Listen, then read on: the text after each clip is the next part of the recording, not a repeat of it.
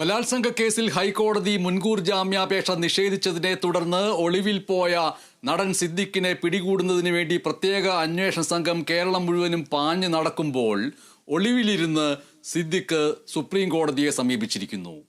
Siddique supreme കോടതിയിൽ മുൻകൂർ ജാമ്യാപേക്ഷ നൽകിയിരിക്കുന്നു. എബി തോമസ് അതിൻ്റെ വിവരങ്ങൾ പങ്കുവയ്ക്കുന്നു. ആരായിരിക്കും സിദ്ദിഖിന് വേണ്ടി സുപ്രീം കോടതിയിൽ ഹാജരാകുക? AB Thomas. സുപ്രീം കോടതിയിൽ തന്നെ മുതിർന്ന അഭിഭാഷകൻ തന്നെ അദ്ദേഹത്തിന് വേണ്ടി ഹാജരാകും. ഒരു സിറ്റിങ്ങിന് ഏതാണ്ട് 25 ലക്ഷം രൂപയാണ് അതിൻ്റെ വക്കീൽ ഫീസായി വരിക. 4 സിറ്റിങ്ങിനായി 1 കോടി രൂപയോളം ഇത്തരത്തിൽ ഫീസായി തന്നെ നൽകേണ്ടതുണ്ടാവും എന്നുള്ളതാണ് നമുക്ക് അനൗദ്യോഗികമായി ലഭിച്ചിരിക്കുന്ന ഒരു വിവരം. അതനുസരിച്ചുള്ള നീക്കങ്ങളാണ് നടത്തിയിരുന്നത്. ഇത്രമാത്രം പൈസ കൊടുത്തു കഴിഞ്ഞാൽ ഒരുപക്ഷെ ജാമ്യം കിട്ടാതിരിക്കുമോ എന്നുള്ളൊരു ആശങ്ക കൂടി നിലവിലുണ്ടായിരുന്നു. അതുകൊണ്ടാണ് ഈ മുൻകൂർ ജാമ്യം നൽകുന്ന അല്ലെങ്കിൽ അപേക്ഷ സുപ്രീം കോടതിയെ സമീപിക്കുന്നതിന് ഇത്രമാത്രം ഒരു താമസം ഉണ്ടായി. അതായത് സുപ്രീം കോടതിയിലെ മുതിർന്ന അഭിഭാഷകർക്ക് കേരളത്തിലെ നടന്മാരിൽ നിന്ന് ചാകര ലഭിക്കാൻ പോകുന്നു എന്നാണോ?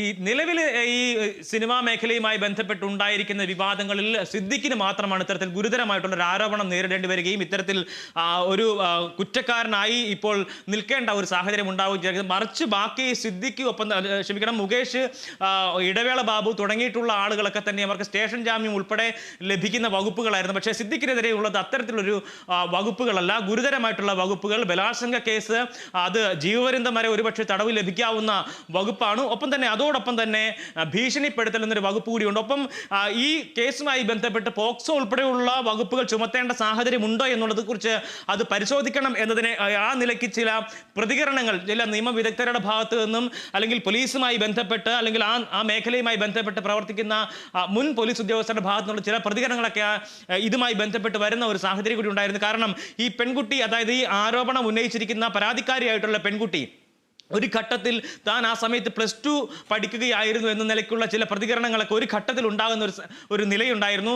ആ ഒരു കാലഘട്ടം വെച്ച് നോക്കുകയാണെങ്കിൽ ഒരുപക്ഷെ പോക്സോ ഉൾപ്പെടെയുള്ള വകുപ്പുകൾ ചിലപ്പോൾ ചുമത്തേണ്ട വരുന്ന ഒരു സാഹചര്യം ഉണ്ടാകും. അങ്ങനെയാണെങ്കിൽ നിലവിലെ സ്ഥിതി ആയിരിക്കത്തില്ല, മറിച്ച് ഈ നിലവിലുള്ള ഇപ്പോഴുള്ള ഈ സാഹചര്യത്തിന് അപ്പുറത്തേക്ക് കാര്യങ്ങൾ പോകുന്ന ഒരു നില കൂടി ഉണ്ടാകും. എന്തായാലും സിദ്ദിഖ് ഇപ്പോഴും കാണാമറയത്ത് തന്നെ എന്നുള്ള ഒരു അത്ഭുതകരമായിട്ടുള്ള ഒരു കാര്യം കൂടി നമുക്ക് ഈ ഘട്ടത്തിൽ പങ്കുവെക്കേണ്ടതുണ്ട്. കാരണം സംസ്ഥാനം ആകെ വല വീശിയിട്ടും ഇതുവരെയും സിദ്ദിഖിനെ പോലെ പൊതുരംഗത്ത് നിറഞ്ഞു നിൽക്കുന്ന ഒരു വ്യക്തിയെ കണ്ടെത്താൻ കഴിഞ്ഞിട്ടില്ല അന്വേഷണ സംഘത്തിന് എന്നുള്ളതാണ് ഏറ്റവും ലജ്ജാകരമായിട്ടുള്ള ഒരു കാര്യമെന്ന് പറയുന്നത്.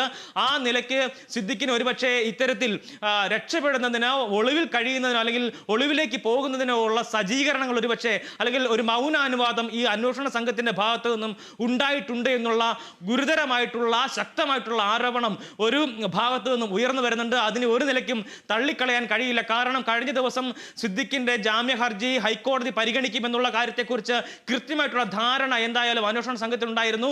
ഒരു സാധാരണക്കാരന് കൃത്യമായ രീതിയിൽ മനസ്സിലാകുന്ന കാര്യമാണ്. ഇത്തരത്തിൽ ഗൗരവമുള്ള ഒരു വിഷയമാകുമ്പോൾ ഒരുപക്ഷെ മുൻകൂർ ജാമ്യം ലഭിക്കാനുള്ള സാധ്യത തുലോം തുച്ഛമാണ് എന്നുള്ളതിനെ കുറിച്ച് കൃത്യമായിട്ടുള്ള ധാരണ ഒരു സാധാരണക്കാരൻ ഉണ്ടെന്നിരിക്കെ ഈ അന്വേഷണ സംഘം ഒരിക്കൽ പോലും ഒരു നിരീക്ഷണം സിദ്ദിഖ് എവിടെയാണ്, എങ്ങനെയാണ്, അല്ലെങ്കിൽ എങ്ങോട്ട് മാറും തുടങ്ങിയിട്ടുള്ള കാര്യങ്ങളെക്കുറിച്ച് ഒരു തരത്തിലുള്ള നിരീക്ഷണം നടത്താനോ ഒരു പോലീസ് ഉദ്യോഗസ്ഥനെ പോലും ആ പരിസരത്ത് നിയോഗിക്കാനോ സാധിച്ചിട്ടില്ല എന്നുള്ളതാണ് ഈ അന്വേഷണ സംഘത്തിന് വന്നിട്ടുള്ള ഗുരുതരമായിട്ടുള്ള വീഴ്ച. അത് അക്ഷന്തവ്യമായിട്ടുള്ള തെറ്റ് തന്നെയാണ് എന്നുള്ള കാര്യത്തിൽ ഒരു തരത്തിലുള്ള തർക്കവും ഇല്ല. എന്തായാലും സിദ്ദിഖിനെ ഇനി ഈ സുപ്രീം കോടതിയുടെ പരിഗണനയ്ക്ക് ഈ ഹർജി ഇന്ന് സമർപ്പിച്ചിരിക്കുന്നു. അതൊരു പക്ഷേ നാളെ പരിഗണിക്കില്ല, മറ്റന്നാൾ വെള്ളിയാഴ്ച ആയിരിക്കും ഈ മുൻകൂർ ജാമ്യ ഹർജി പരിഗണിക്കുക. ആ ഘട്ടത്തിൽ എന്തായാലും ഇനിയിപ്പോൾ സുപ്രീം കോടതി സമീപിച്ച സ്ഥിതിക്ക് അറസ്റ്റ് ഉൾപ്പെടെയുള്ള നടപടികളിലേക്ക് പോകാൻ കഴിയുമോ എന്നതിനെ കുറിച്ചുള്ള ആശങ്ക കൂടി നിലനിൽക്കുന്നുണ്ട്. അത്തരത്തിൽ നടപടികളിലേക്ക് പോകാൻ കഴിയുമോ എന്നതിനെ കുറിച്ച് ഒരുപക്ഷെ നിയമോപദേശം തന്നെ തേടേണ്ട ഒരു സാഹചര്യം കൂടി അന്വേഷണ സംഘത്തിനുണ്ട് എന്നുള്ള കാര്യവും തള്ളിക്കളയാൻ കഴിയില്ല. ആ നിലയ്ക്ക് കൂടി അന്വേഷണ സംഘത്തിന് ചില പ്രതിസന്ധികൾ ഈ ഘട്ടത്തിൽ രൂപപ്പെട്ടിട്ടുണ്ട് എന്നുള്ളതാണ് പ്രധാനമായും നമ്മൾ മുന്നോട്ട് വെക്കണമെങ്കിൽ നമുക്ക് മനസ്സിലാക്കാൻ കഴിയുന്ന ഒരു കാര്യം. എന്തായാലും സിദ്ദിഖ് ഈ ഹൈക്കോടതി മുൻകൂർ ജാമ്യം അപേക്ഷ തള്ളിയ സാഹചര്യത്തിൽ സുപ്രീം കോടതിയെ തന്നെ, അതായത് ഹൈക്കോടതിയുടെ സിംഗിൾ ബെഞ്ചാണ് തള്ളിയതെങ്കിൽ ഡിവിഷൻ ബെഞ്ചിനെ പോലും സമീപിക്കാതെ സുപ്രീം കോടതിയിലേക്ക് തന്നെ പോവുക എന്നുള്ള തീരുമാനത്തിലേക്കാണ് സിദ്ദിഖിന്റെ അഭിഭാഷകനും എത്തിയിരിക്കുന്നത്. കഴിഞ്ഞ ദിവസം തന്നെ അഡ്വക്കേറ്റ് രാംകുമാറുമായി സിദ്ദിഖിന്റെ മകൻ കൂടിക്കാഴ്ച നടത്തുകയും ഇതുമായി ബന്ധപ്പെട്ട കാര്യങ്ങളായിരിക്കണം ഒരുപക്ഷെ ആ ഘട്ടത്തിൽ സംസാരിച്ചിരുന്നത്. രാംകുമാറിനെ അദ്ദേഹം കാണുകയും സംസാരിക്കുകയും ഒക്കെ തന്നെ ചെയ്തിരുന്നു. അതിനെ തുടർന്നാണ് ഇപ്പോൾ ഈ ഒരു നടപടിയിലേക്ക് കടന്നിരിക്കുന്നത്. ബലാത്സംഗ കേസിൽ മുൻകൂർ ജാമ്യാപേക്ഷ നിഷേധിക്കപ്പെട്ടതിനെ തുടർന്ന് സുപ്രീം കോടതിയെ സമീപിക്കാൻ തീരുമാനിച്ചിരിക്കുന്നു എന്ന് മാത്രമല്ല സമർപ്പിച്ചിരിക്കുന്നു മുൻകൂർ ജാമ്യാപേക്ഷ. സുപ്രീം കോടതിയിലെ മുതിർന്ന അഭിഭാഷകനും മുൻ അറ്റോർണി ജനറൽ കൂടി ആയ മുകുൾ റോത്തഗി ആയിരിക്കും സിദ്ദിഖിന് വേണ്ടി ഹാജരാവുക എന്നതും ഈ നിമിഷങ്ങളിലെ പ്രധാനപ്പെട്ട വാർത്തയാണ്. എബി തോമസ് ആണ് അതിന്റെ വിവരങ്ങൾ പങ്കുവച്ചത്.